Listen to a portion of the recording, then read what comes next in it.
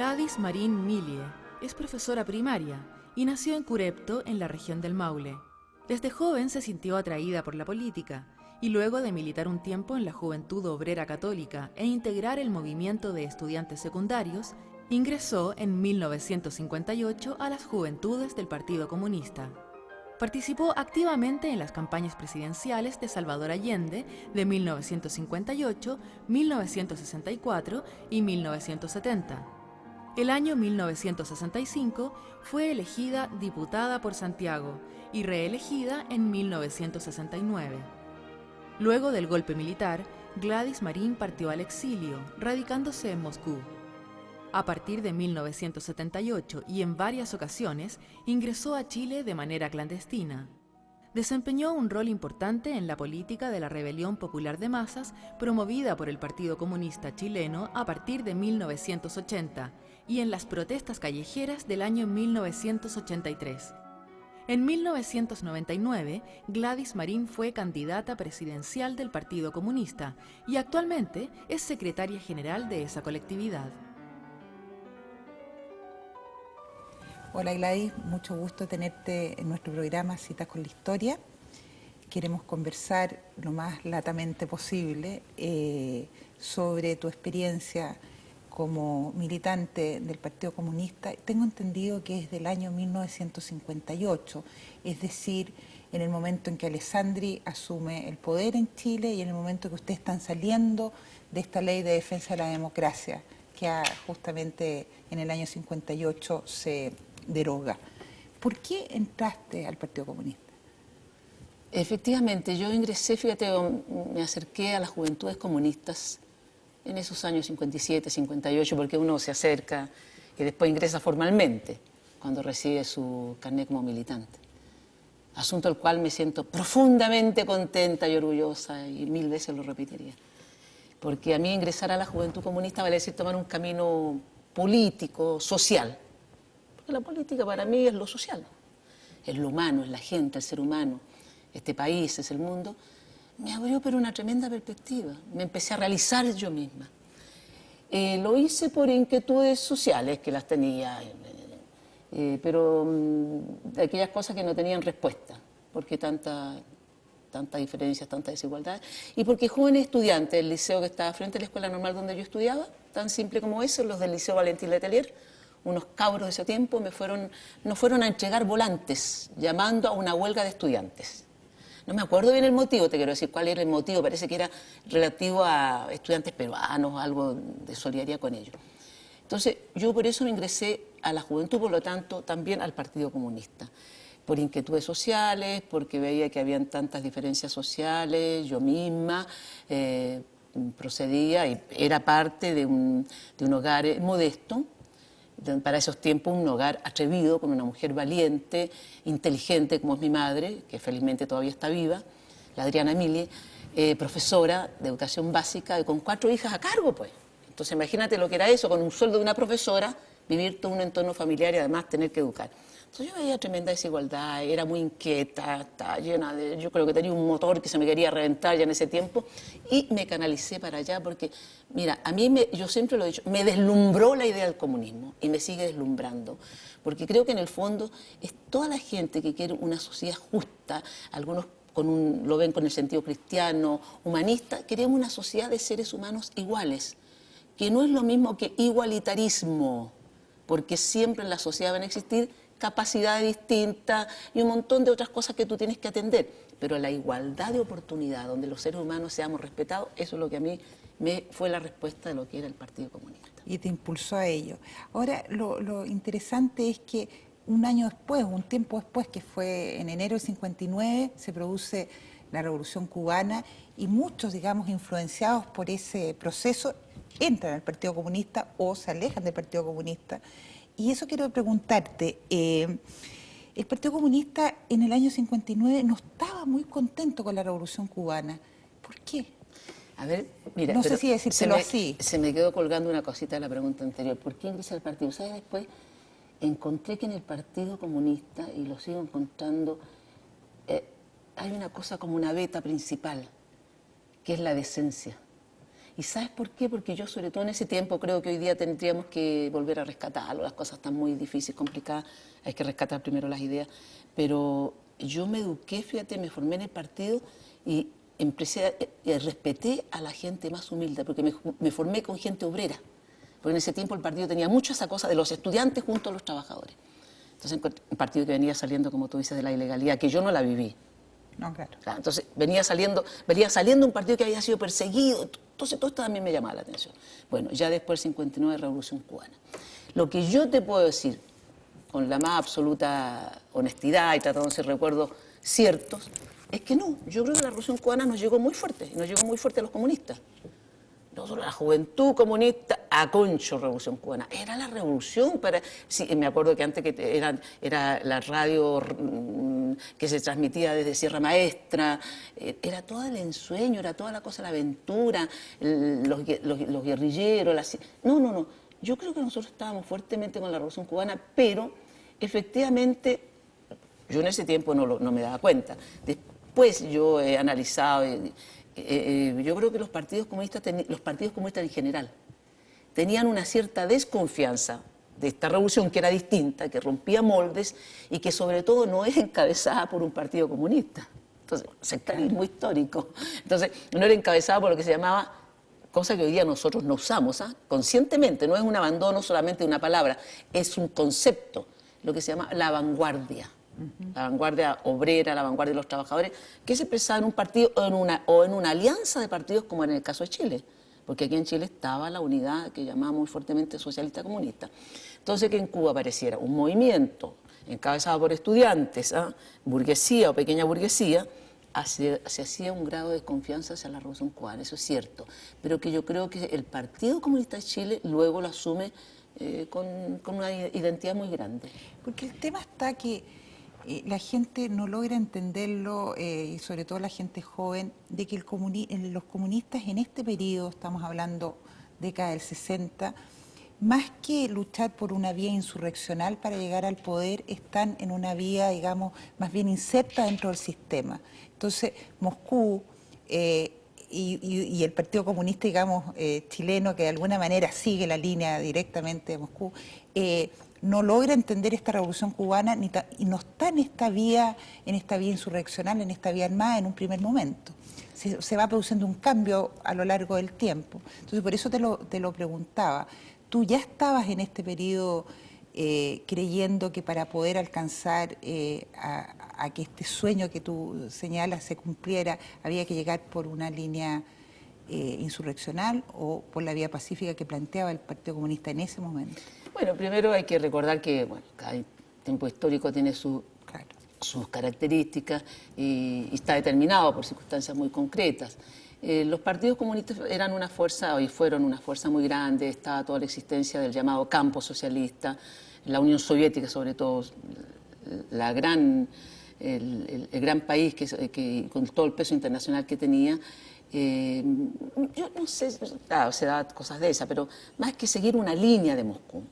Era como todo un pensamiento donde primaba aquello, y estaba también, yo diría que en ese tiempo, fuertemente determinado por lo que había sido la Segunda Guerra Mundial y por la creación de los frentes antifascistas en el mundo y también los frentes populares. No te olvides tú, lo sabes muy bien, que Chile fue uno de los pocos países en el cual se crea el Frente Popular. Claro, con Pedro Aguirre Cerda. Con Pedro Aguirre Cerda, que es la alianza socialistas, comunistas, radicales, distintos partidos, una alianza grande, que se plantea cambios democráticos, un desarrollo industrial del país, la creación de la Corfo.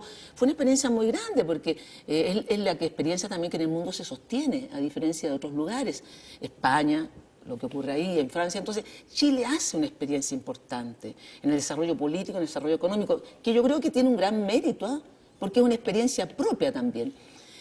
Entonces, eso marca mucho. Y no solo que marque, sino que va abriendo un camino. Y eso se va proyectando hacia lo que es la relación de lo social, pero porque no es solo un proceso electoral como alguna gente cree que se hizo con Allende. Allende fue 4 veces candidato. Claro. 4 veces candidato. Pero no es solo un camino para nada electoral, sino que está muy vinculado a la lucha social. Pero aquí se daba la posibilidad en Chile. ¿Y por qué no vivirla, Concho? ¿Por qué no llevarla hasta el final la posibilidad de que se hiciera una conquista democrática mayor con un gobierno muy avanzado, con un programa muy avanzado a través de un camino de lucha política, social y también a través de lo institucional como era el proceso electoral?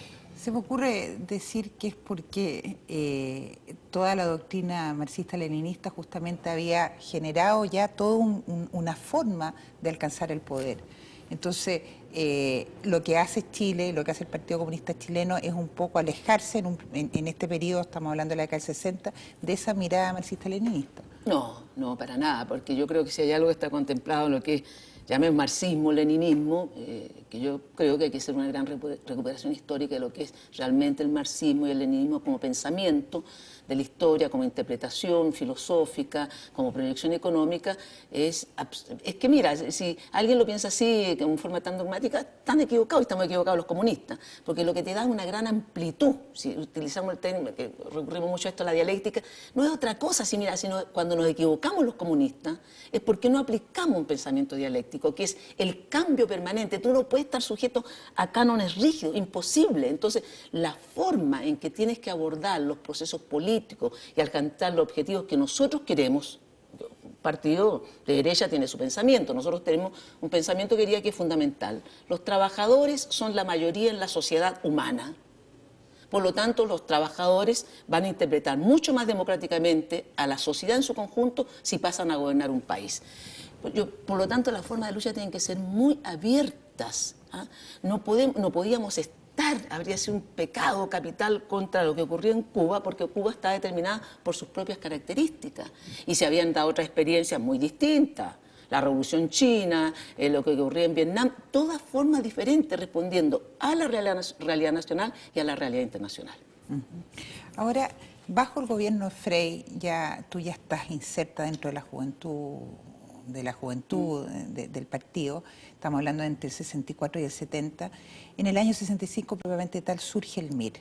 Y el MIR empieza a tener un enfrentamiento justamente a raíz de lo que estamos hablando, fuerte con el Partido Comunista. Son como posiciones diferentes. De hecho, ustedes, para la elección del año 70, no están muy convencidos que el MIR tenga que formar parte de la Unidad Popular y de hecho no lo forma. No, eso no es así. A ver. Eso no es así. Nosotros estábamos convencidísimos, yo te lo digo de la esfera, sobre todo de la juventud, que yo me movía, que era secretaria general de la Juventud Comunista en ese tiempo, ya a contar del 65, y fui diputada también, cosa muy importante porque las cosas cambian y vamos avanzando, pero yo te digo que en ese tiempo, como nunca, te lo afirmo y te lo reafirmo, nunca la juventud tuvo mayor participación política y social que en todo este tiempo. La mayoría de los secretarios generales o presidentes de juventudes políticas éramos parlamentarios, como lo era Lucho Mayra, que era demócrata cristiano en ese tiempo y era, creo que presidente de la Juventud Demócrata Cristiana. Bueno, después Carlos Lorca, gran compañero, gran amigo del alma, el secretario general de la Juventud Socialista, que también fue diputado. Por lo tanto, al contrario, nosotros conformábamos lo que era el movimiento allendista, que nos superaba a la juventud. La juventud comunista era superada por el movimiento allendista. Entonces, era un movimiento muy grande, unitario, donde nosotros quisiéramos que el MIR hubiese estado, y también en el plano general. Las diferencias principales estaban dadas desde el punto de vista del MIR, que consideraba que esta era una alianza, te diría, no suficiente, y ellos, donde había un rechazo al MIR por la llamada vía institucional, había un rechazo. Ellos planteaban que había que, para asegurar el proceso revolucionario, tenía que ser a través de la vía de la insurgencia o de las armas. ¿Eh? Entonces, eran miradas distintas. Jamás la Unidad Popular se opuso, a no ser algo que yo no conozca, que me muestren un documento. Yo no conozco ninguna declaración de la Unidad Popular, menos de Allende, que se negara a que el MIR u otra agrupación política integrara la Unidad Popular. A condición, naturalmente, de respetar el programa de la Unidad Popular, que era nuestro compromiso con el pueblo, y de respetar también las formas que nosotros habíamos decidido de cómo acceder al poder. ¿Cuánto conociste tú a Salvador Allende? ¿Cuándo o cuánto? ¿Cuándo y cuánto? ¿Cuándo y cuánto? Mira, yo creo que no tengo una cosa precisa, pero nosotros como juventudes empezamos la candidatura Allende ya, ¿cuándo fue la en el 70. 70 fue la cuarta, ¿no? La cuarta y la definitiva. Claro, yo lo conocí, hice la candidatura anterior también. Claro, tú hiciste la del 58. 58 y después... Después la del 64, después la del 70. Claro. Entonces el 58, claro, como recién entrada, después entrando 64. de lejito.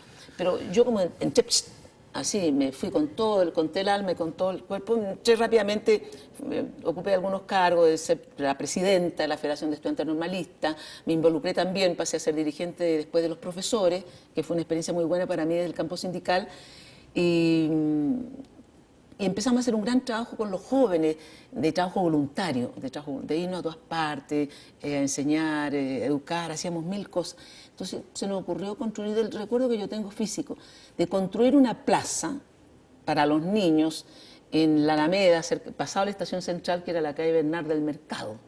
Entonces, en ese tiempo, concejal o regidor, como se llama en ese tiempo, regidor, liberal, fíjate. Nos fuimos a hablar ahí, conseguimos que nos dieran algunos fondos y levantamos una plaza preciosa, yo la encontraba preciosa la plaza, y nos subíamos a las micros, pedíamos plata para construir la plaza. Entonces Allende la fue a inaugurar. Y a mí me hicieron hablar a nombre de los jóvenes del trabajo voluntario. Casi me morí porque nunca había hablado. Bueno, pero ahí estuve con Allende. Entonces después lo fui conociendo en ese trabajo, pero no tengo un momento así preciso porque no fue una... Yo nunca con Allende tuve como una relación como formal. Así... Yo ya el año... Pero bajo el gobierno... Sí, después del año 65, no te puedo decir cuándo, en qué minuto, 67 habrá sido, yo ingresé a la comisión política del partido. Por lo tanto, yo estuve en las discusiones cuando el Partido Comunista discutía quién tenía que ser el candidato. El Partido Comunista siempre estuvo convencido de que el candidato de las fuerzas de izquierda tenía que ser Salvador Allende.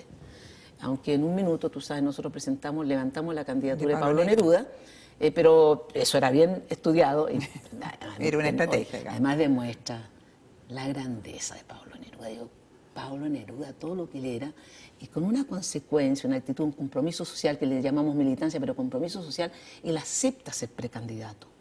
Pero para apurar este pronunciamiento, para que los partidos se pusieran de acuerdo de unas por todas y tuviéramos un candidato único que fuera Salvador Allende. Claro, porque curiosamente el Partido Socialista, que era el partido de Salvador Allende, no, al parecer, no estaba muy convencido, de esta cuarta candidatura. ¿Y qué hicieron ustedes para poder ganar esta candidatura y tener como gran figura a Allende? Y después una relación muy directa a lo largo del gobierno. Hicimos eso, pues, de poner un candidato de tanto peso como Pablo Neruda. Imagínate. Entonces, si no era Neruda, el candidato que representaba naturalmente mucho más allá, que nos sobrepasa siempre, Neruda a un partido o a muchos partidos, ¿quién iba a ser? Porque el Partido Socialista yo creo que tenía el nombre de Aniceto Rodríguez, entre otros, ¿no? Porque había un sector socialista que no estaba convencido para nada que fuese Allende. Tú participaste en estas discusiones de las candidaturas y de la formación de la Unidad Popular. ¿Cuál era el compromiso que ustedes llegaron como partidos de la Unidad Popular con Allende? Yo tengo entendido, puedo equivocarme, que Allende no quedó con mucha libertad para poder gobernar en el sistema presidencial que nosotros estábamos acostumbrados aquí en Chile, sino que los partidos de alguna manera necesitaban unanimidad para darle el pase a que Allende, digamos, tomara decisiones. Y que eso de alguna u otra manera va a gestar problemas a lo largo de todo el gobierno. Cuéntanos un poco cómo se daban esas situaciones. Claro, mira, la verdad de la historia es como yo me movía en el ámbito de la juventud. Me movía ahí con toda la libertad del mundo y hacíamos lo que se nos venía en gana con esa juventud allendista maravillosa que realmente creíamos que estábamos tocando el cielo con las manos. Entonces, de una generosidad. Y ahí ya me empecé a relacionar más directamente con Allende, yo. Con el Gerald Prat, del cual tengo también un recuerdo maravilloso, porque fíjate que he estado revisando ahora, con motivo de que se cumplen 30 años el golpe militar en Chile, cómo ha pasado el tiempo, mamita. Y estoy revisando un montón de material sobre Allende y me encontraba con los discursos, pero fantásticos, de Allende dirigidos a los jóvenes. Entonces me di cuenta de cuánto hicimos la juventud hace tiempo. Tanto que Allende era capaz de recibirnos todas las veces que queríamos en La Moneda, nos acompañaba a los trabajos voluntarios. Entonces, claro, yo participaba a su vez en la dirección del partido, pero eran otros tiempos, aunque algunos no crean, este partido comunista ha cambiado, y mucho, aunque algunos no lo crean, yo lo sé. Entonces la juventud íbamos allá un poco, yo iba a la dirección del partido, pero con mucho respeto. Y efectivamente lo que se dio, yo creo que... Pero no fue lo principal para mí, en todo caso, de lo que ocurrió en el proceso de Allende y la pérdida del gobierno popular.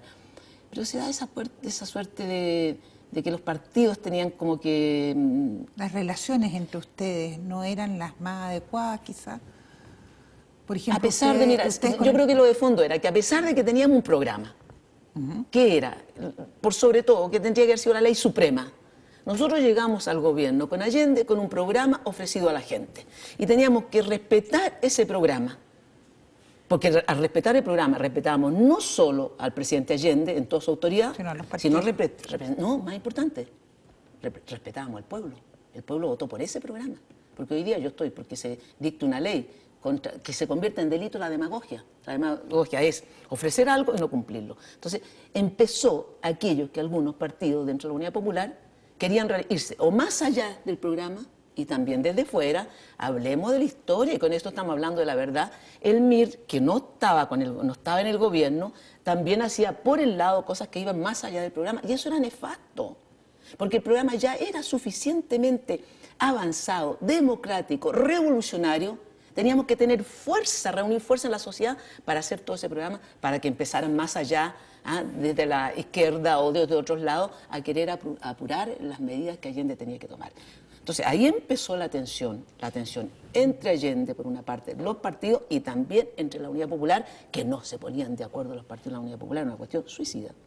Yo creo que tiene que ver con los eslogans que en ese tiempo se manejaban. Tú te acuerdas, mucho más que yo, que el eslogan del MIR era Pueblo, Conciencia, Fusil, MIR, y el del Partido Socialista, Avanzar sin transar. Pero ustedes estaban en una política más moderada, es decir, ustedes consolidar avanzando. Entonces, explicar un poco, digamos, justamente esta pugna interna dentro de la Unidad Popular entre estas dos maneras de enfrentar el programa de Allende. Qué inmadurez política, efectivamente, ahora que converso contigo, qué inmadurez cometimos, cómo nos pudimos hacer, o sea, dar pretexto al final, porque el golpe se dio por otras razones, igual lo habrían intentado, pero dar siquiera pretexto, efectivamente. No es que el Partido Comunista tuviera una actitud moderada. A mí no me gusta la moderación, por lo menos, pero en el sentido, es que, insisto, el programa era tan avanzado. Entonces, lo que el Partido Comunista, efectivamente, alguna gente lo dice, fue muy leal con Allende. Era lo menos que podíamos hacer. Fuimos leal con el programa. Y teníamos que cuidar la realización del programa. Porque cada paso que dábamos, esa era la inconsciencia. Fíjate, que no se tomaba en cuenta que cada paso que dábamos estábamos creando una reacción. A una acción del gobierno de Allende, ¡pam!, la reacción. Pero nosotros nos fuimos tomando conciencia de eso y caminábamos alegremente por la vida. El partido cuidó el programa. Esas consignas que tú señalas, efectivamente, consolidar la batalla de la producción, sí. Era una batalla de la producción donde nosotros nos involucramos fuertemente. Yo me recuerdo, fíjate que, porque todo nos vino en el último tiempo de Allende. Vino el desabastecimiento absolutamente provocado, los sectores altos, consumir para que se crean todos los problemas del caso. Teníamos los embargos del cobre, cierre de crédito, todo lo que nos ocurre. ¿No crees que había un problema en el plan Buscovich y después en Américo Zorrilla de generar una política económica que no se condecía con la realidad y que eso es lo que provocó el drama económico? Fíjate, ¿No? yo creo que no, fíjate, yo creo que porque todo lo que se realizaba de parte del gobierno, yo creo que lo que Allende tenía claro que lo que se estaba haciendo era más que suficiente y había que consolidarlo y cuidarlo. Por algo también, con todas las dificultades, el gobierno de Allende toma la decisión de incorporar a la Fuerza Armada al gobierno, empezando por el general Prat. Asunto que también te provocó divisiones y distintas opiniones dentro de la Unidad Popular. Dentro de la Unidad Popular. Eso me interesa que conversemos, la relación del Partido Comunista con las Fuerzas Armadas en líneas generales, para después centrarlo quizás en General Prat. ¿Hay una política militar de parte del Partido Comunista a lo largo, digamos, del tiempo, lo que tú has vivido? Sí. Que ha ido variando, lógicamente. Pero ¿cuál era la política que ustedes tenían en relación a las Fuerzas Armadas en el periodo de la Unidad Popular? ¿Ustedes creían en la necesidad de una infiltración, por ejemplo, de ellas? No, fíjate que, porque yo lo viví, sí. lo que a la juventud comunista le correspondía hacer en ese campo. Yo diría que era una política abierta hacia las Fuerzas Armadas, sobre todo planteamos aquello del acercamiento entre el pueblo, los trabajadores, la juventud, hacia las Fuerzas Armadas, y poder mantener y desarrollar dentro de las Fuerzas Armadas lo que era la doctrina, que después la pasamos a llamar doctrina Schneider, para configurarla en esa figura, pero la doctrina democrática de acercamiento de las Fuerzas Armadas con el pueblo. Pero eso se vio importante la incorporación del general Prat para que acompañara las medidas, porque, claro, el gobierno tenía un acoso permanente y también un debilitamiento en algunos sectores. No, yo no que haya habido una política militar de infiltración, no, sino de influir abiertamente, de llevar propaganda. Por ejemplo, se instruía a los jóvenes comunistas que hicieran el servicio militar y que permanecieran en la Fuerza Armada, como una cosa de tener acceso a todos los sectores de la sociedad. Porque se pensaba que también ahí los sectores de derecha en este país iban a tratar, y ya estaban provocando a la Fuerza Armada para que tomaran una actitud contra el gobierno de Allende, pero una política de otro tipo no.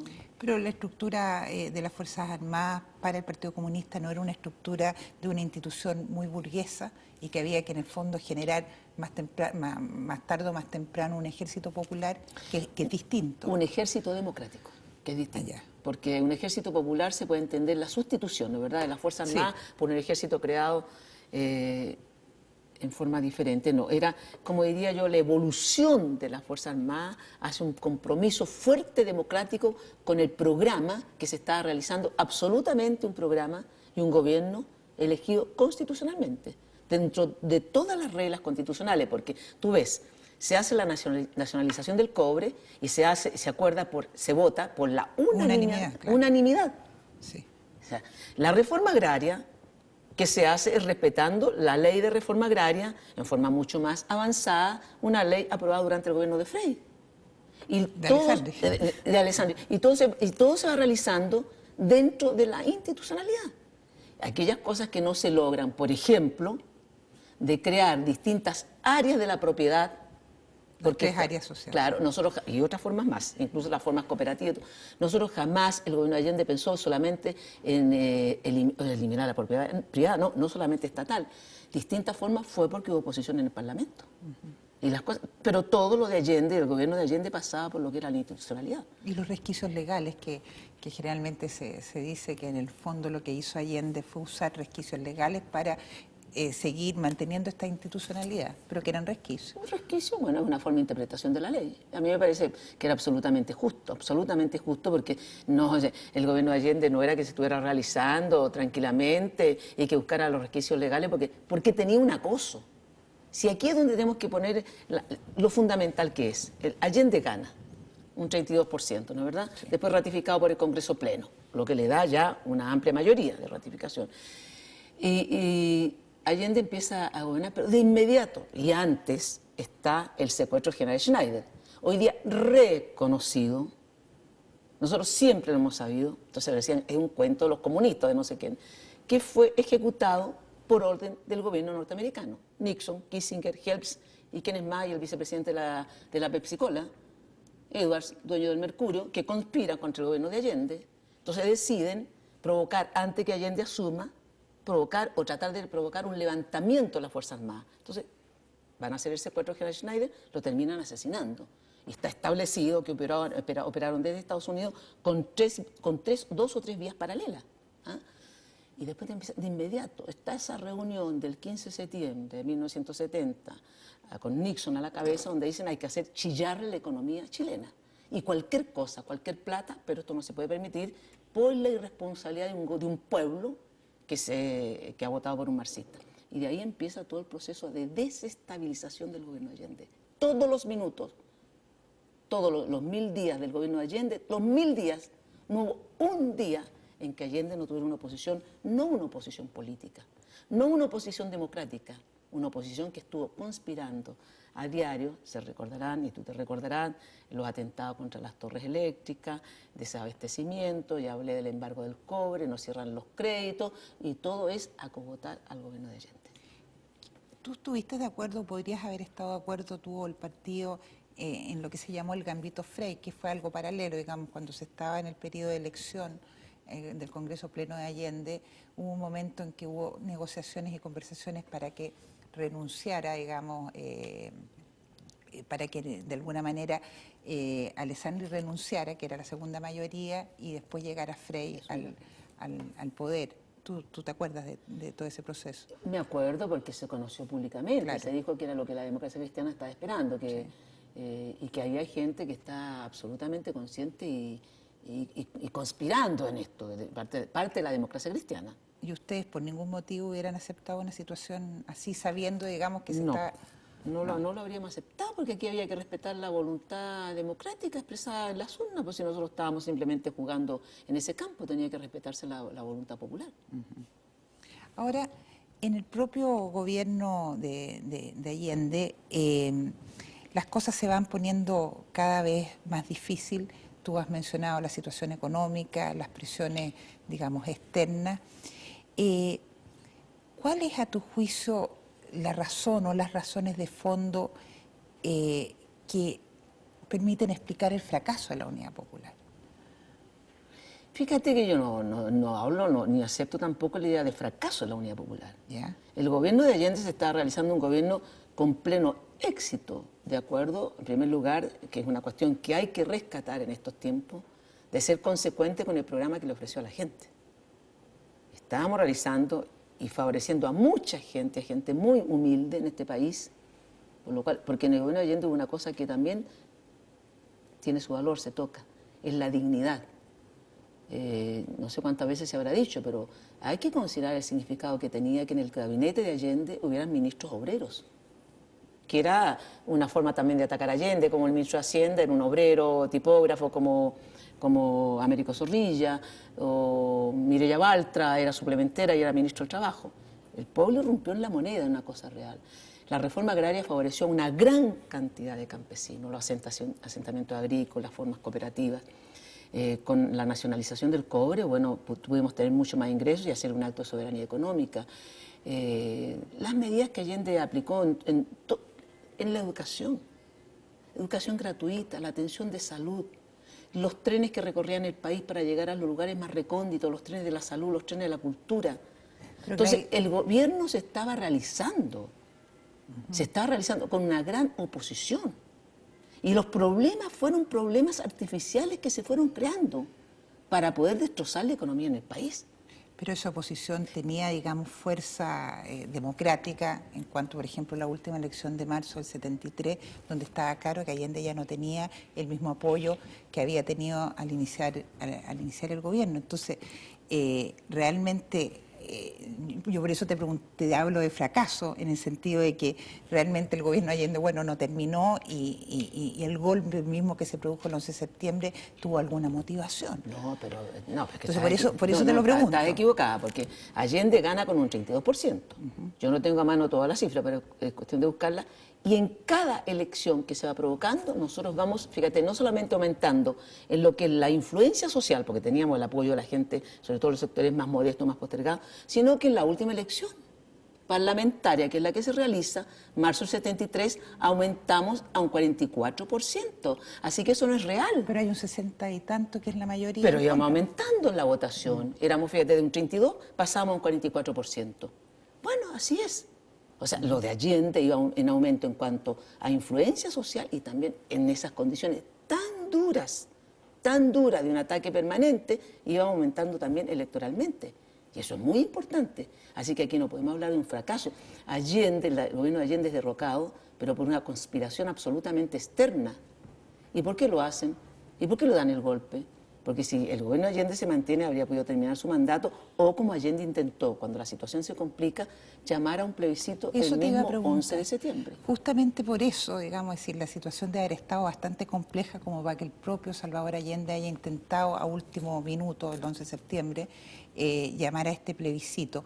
Yo creo que ahí el Partido Comunista jugó un papel sumamente importante y que es bastante desconocido, que es justamente insistir, incluso quebrar la unidad popular, y quiero que me lo confirme si es así, quebrar la unidad popular, porque el Partido Socialista, el MIR y otros partidos se oponían, el MAPU Garretón, digamos, también se oponía. Y ustedes insisten con Allende para que se haga ese plebiscito y realmente se tome una decisión de cuál va a ser el futuro de este país. Sí, lógicamente, yo te digo, el gobierno avanzaba, pero estábamos conscientes de las dificultades que existían, y además de la violencia de la oposición, que se expresaba en todos los planos. Y yo creo, de la violencia más fuerte y que te influía en sectores sociales que empiezan a sentir temor psicológicamente, son los medios de comunicación. Allende no te cierra ningún medio de comunicación en este país. Y si rescatamos los titulares no, yo diría de los 3 años, pero sobre todo el último tiempo, son de una violencia y de una grosería contra Allende, y llamando directamente al golpe, declaradamente a juntar fuerza contra Allende. Allende, claro, nosotros estamos muy de acuerdo con una salida política, el plebiscito, convencidos que si el plebiscito se realizaba, igual Allende se iba a mantener en el gobierno. Y yo quiero decirte que los 2 últimos meses o un mes y medio, yo estuve fuera del país, cuando ya las cosas se fueron agudizando el tiempo. Tanto que yo llego 2 días antes del golpe y me encuentro con una gran sorpresa en la dirección del partido. Para mí fue sorpresa, porque encontré una cierta sensación de, ¿cómo decirte?, que para mí fue muy dolorosa. ¿De desánimo? No tanto, una cierta de resignación. Que para mí fue un golpe muy fuerte. Yo había salido al mundo con un mensaje, el puño y letra de Neruda, donde reclamábamos la solidaridad de los jóvenes del mundo, que era la sal y el agua que el gobierno de Allende necesitaba, y que decía, Chile está enfrentado a una guerra silenciosa. Así estábamos. Pero estaba convencida que lo que había dicho mi partido, y que habían proclamado otros muchos más, que íbamos a defender al gobierno de Allende como fuera, sentí que esto se nos iba. Pero en el plebiscito, la salida política se busca en los últimos meses, y el Partido Comunista está, como te digo, no me recuerdo yo que se haya llegado hasta el minuto de pensar quebrar la Unidad Popular. Así, en una decisión. Posiblemente el hecho que Allende convocara, y solo más con un apoyo del Partido Comunista, habría servido un quiebre, porque había estado el discurso Altamirano unas semanas antes llamando a apagar este incendio con benzina, ¿no? ¿Ustedes con don Carlos Altamirano conversaban permanentemente o las relaciones estaban rotas al interior de la UP? Estamos hablando en los últimos tiempos, en el año 73, que la cosa estaba bastante ardiente. Nosotros teníamos una gran afinidad, identidad con la juventud socialista. Te puedo hablar más de eso. Con Carlos Lorca nos reuníamos muchas mañanas a conversar de las dificultades, de los problemas que había. Él me contaba de su partido, él me contaba de lo nuestro, y estábamos convencidísimos que teníamos que entendernos socialistas, comunistas, con todo el mundo para apoyar al gobierno de Allende. La relación con Altamirano la llevaba al partido. Yo sé que había muchas discrepancias con las posturas de Altamirano. ¿Lo culparías tú, no a él, porque las personas no son culpables necesariamente, sino al partido mismo, al propio partido de Allende, de justamente el quiebre y del golpe? No, de ningún modo. Ni tampoco Altamirano. Yo creo que se cometieron errores muy graves y cada cual asume su responsabilidad. Yo creo que hubo extremismo verbal en el sector del Partido Socialista, Altamirano, la gente del MIR también, pero culparlos a ellos del golpe, jamás. Porque te insisto, a pesar de todos los errores cometidos y los excesos que se hayan cometido, que no significaron quitarnos apoyo en otros sectores de la población, que jamás iban a ser afectados por las medidas del gobierno popular, las razones del golpe son otras. Las razones se empiezan a preparar desde los Estados Unidos, cuando Allende gana, y desde antes, porque también está clarito cuál es la intervención norteamericana desde antes en la política chilena, financiando a partidos políticos en nuestro país, financiando medios de comunicación, porque Estados Unidos estaba claro de que tenía que haber una línea, hoy día en el mundo es mucho más, pero una línea de acuerdo a los cánones que ellos dictaban. Y porque después, sobre todo, viendo la experiencia de Allende y cómo venía gente de tantos países, que Italia, que Europa, que Mitterrand, a mirar la experiencia de Chile, se convertía en un peligro muy grande para los intereses norteamericanos, pues. Muchos sostienen, digamos, cuando se habla de que los partidos más bien de derecha, de centro y de derecha, porque la democracia cristiana tuvo financiamiento de Estados Unidos en el año 64, eso está claro históricamente, pero se dice, bueno, pero el Partido Comunista, ¿de dónde sacaba el financiamiento? Del otro lado, de Moscú. Pero, claro, pero es que no es tan así. Yo creo que, fíjate que existía antes, ni siquiera, o ya no existía ni siquiera una internacional comunista, pero existía, claro, una unidad grande de los partidos comunistas, una gran relación, habían ayuda, efectivamente, muchos jóvenes salían a estudiar a la Unión Soviética, pero de lo que yo sé, oye, era un partido, el Partido Comunista, nada de perfecto, pero que tenía el financiamiento fundamental, el que se realizaba acá, los otros solamente eran ayuda, pero además las cosas son distintas. ¿Cuál es el propósito? te ayudan de Estados Unidos para no solamente desestabilizar, sino para derrocar un gobierno legítimamente elegido y con un financiamiento, pero millones y millones de dólares, y mantener medios de comunicación. Y nosotros la ayuda que podemos haber recibido era para cooperar con un gobierno elegido democráticamente por la gente, o sea, por una causa democrática. Volvamos a la relación con las Fuerzas Armadas y específicamente lo que tú me habías planteado, las conversaciones que el partido y específicamente quizás tú pudiste tener con el general Carlos Prat como ministro del Interior. ¿Cuál era la posición del general Prat frente a este proceso que estaba viviendo Chile, un proceso que iba tomando un camino bastante dificultoso? Porque tú debes haber conversado mucho con él. No mucho. No voy a exagerar, no mucho. Yo tuve la oportunidad de conocerlo, de conversar con él, de compartir con él, te insisto, desde el mundo de la juventud, que yo creo que, y fíjate que históricamente incluso hay que hacer una valoración mucho más grande de lo que fue el movimiento con ese tiempo. Yo creo que fue un apoyo muy grande para el gobierno de Allende. Y yo creo que el general Prat también lo sentía. Nos acompañó muchas veces a los trabajos voluntarios. ¿Era allendista, Prat? Él era un hombre profundamente apegado a la Constitución y eso sí, con un gran sentido de la República y del papel que las Fuerzas Armadas tenían que jugar en una república, en un régimen democrático, muy apegado a la Constitución.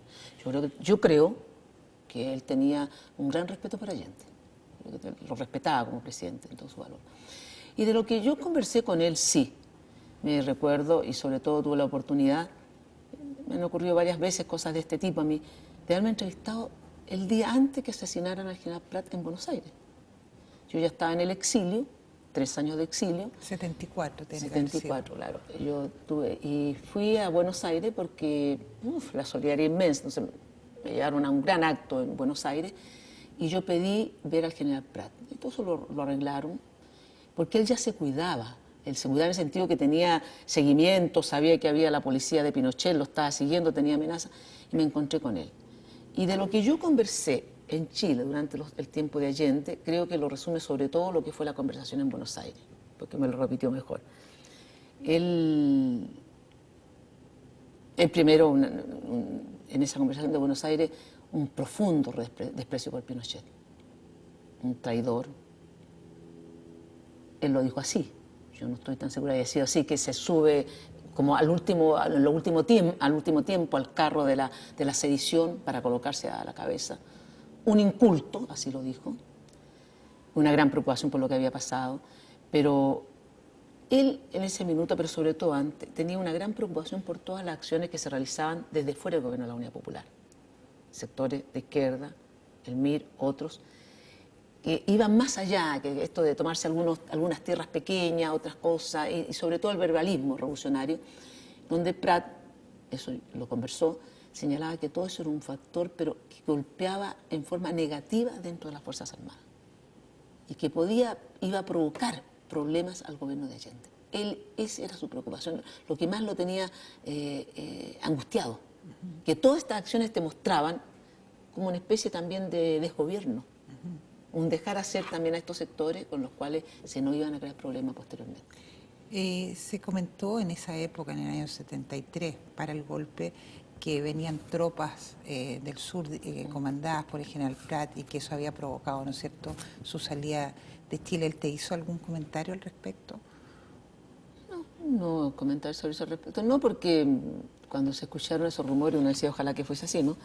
Pero, como lo habría deseado, pero acuérdate también que en esas primeras horas el general Prat se había obligado a hablar por la televisión o en el primer tiempo, así que era el desmentido. No, el general Prat lo obligan a salir del país, lo obligan a salir con amenazas de muerte, y porque era una figura clave. Él se hubiese mantenido en Chile, yo creo que realmente ayuda más a una creación más rápida de una resistencia en el país, como teníamos que hacerlo. Se nos está yendo el tiempo. Ay, no me digas. Estamos empezando.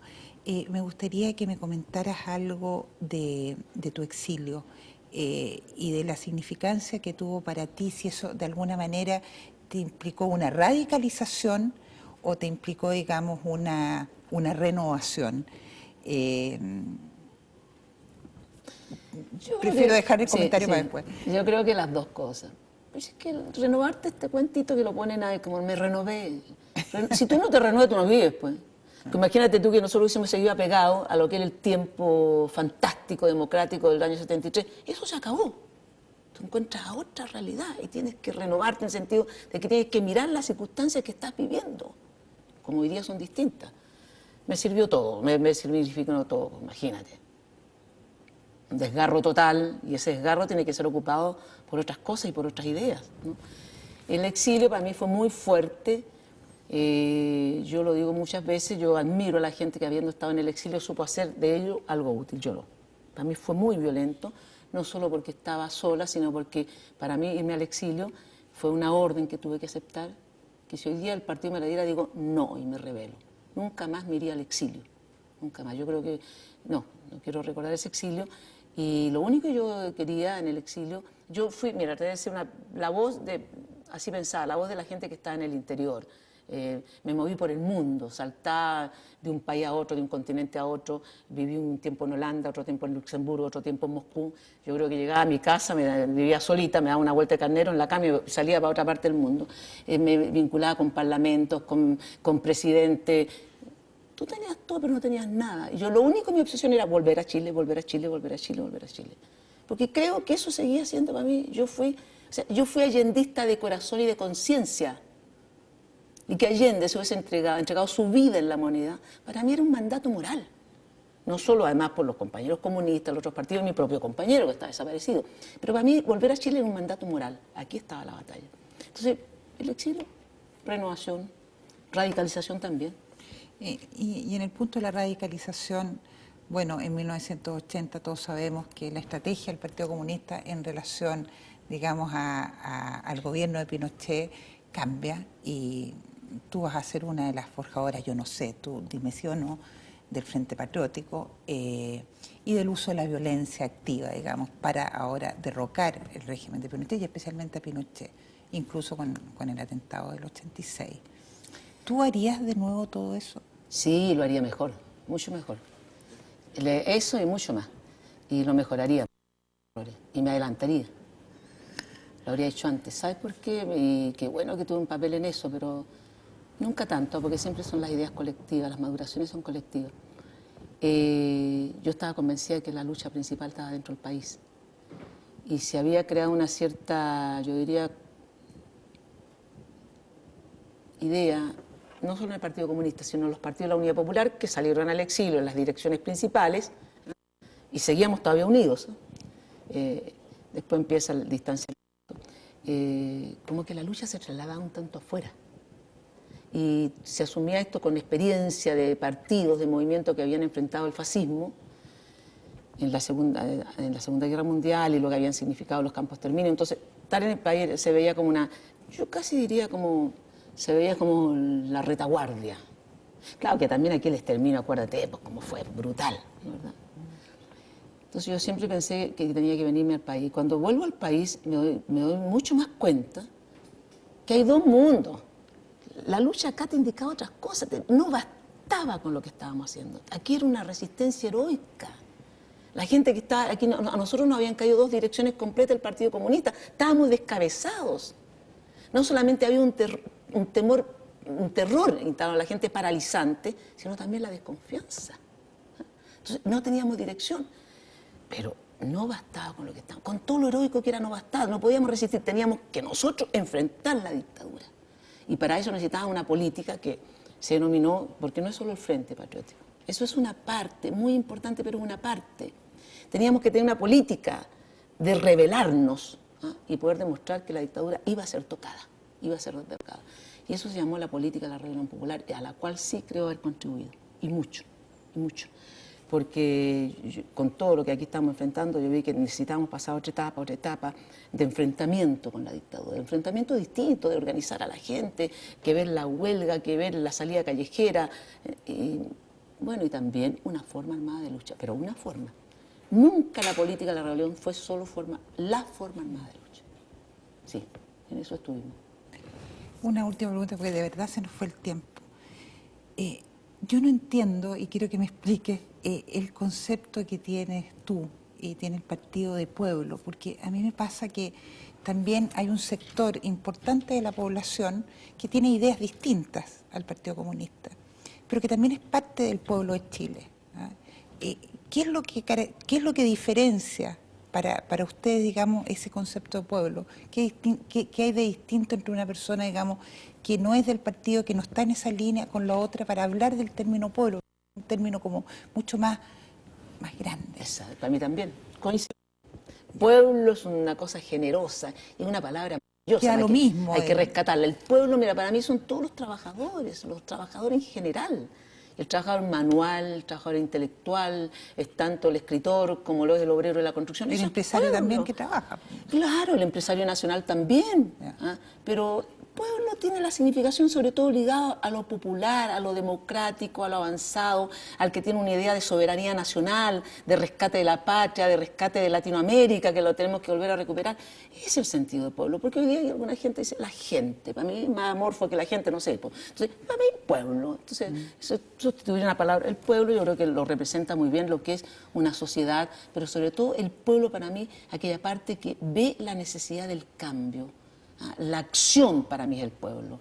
La otro sector de la sociedad que está acomodado, que tiene mucho y le sobra tanto, es la parte que quiere estar ahí. El pueblo, el dinamismo, la acción. Gladys, 1.000.000 de gracias por haber venido a este programa y espero tenerte en otra oportunidad para seguir conversando sobre la historia de nuestro país. Gracias a ti, Pati.